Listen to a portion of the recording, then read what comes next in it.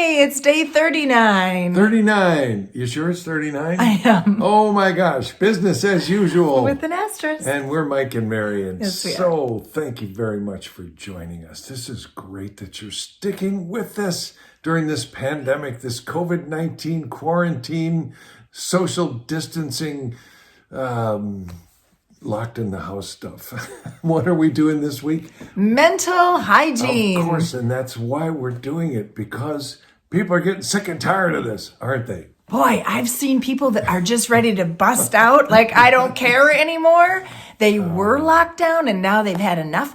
And I've seen other people that are saying, this is really serious. I'm really going to, buckle down and maybe even be more safe than what they were before.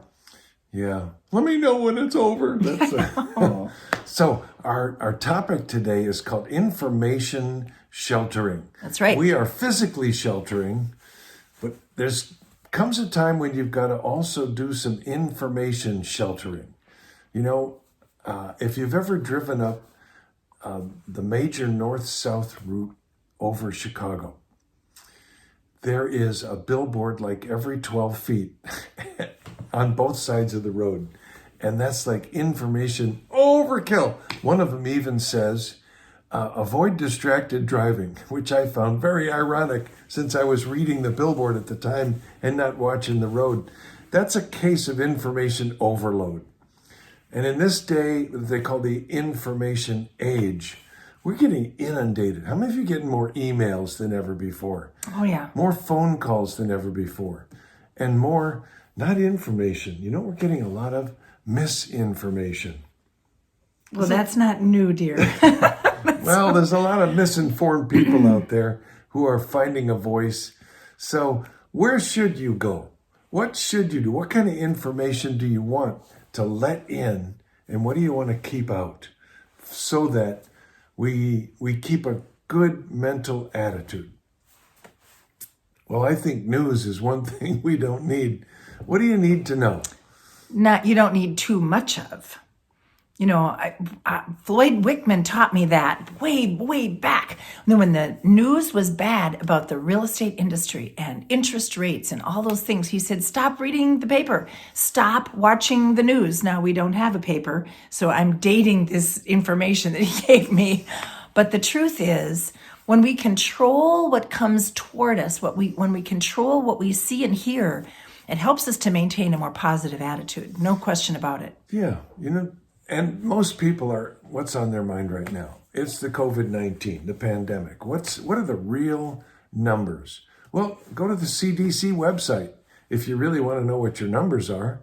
As we looked at Minnesota, you have a 0.00002% chance of dying from this. So it's good to know what the actual numbers are and not what a bunch of rabble-rousers and fanatics are trying to push an agenda through at you with. So get informed, yes, but don't get over-informed or misinformed.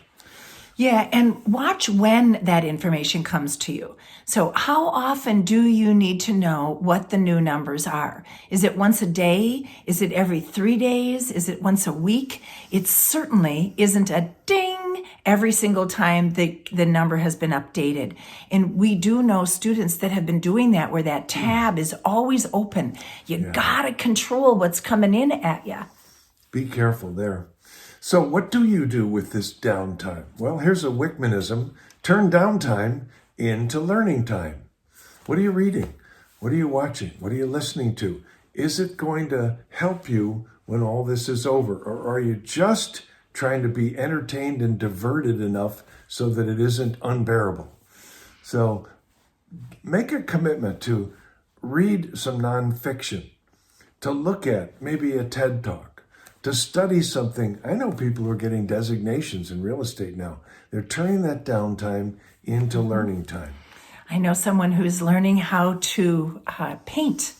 I know someone else who has returned to playing the piano. Oh, yeah. I know someone that is doing a walk with their kids every other day, and they're focusing on what kind of trees they're looking at and what kind of flowers they're looking at, and they're trying to learn with their children. Sometimes children are the ones that inspire us to learn, right?